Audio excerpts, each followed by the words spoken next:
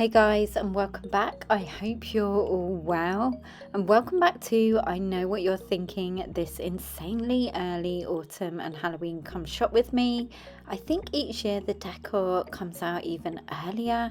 However, I wanted to share it with you guys as I know things tend to fly off the shelves. So come shop with me as I share with you the beautiful autumn decor in the range of Matalan and Halloween decor in TK Maxx.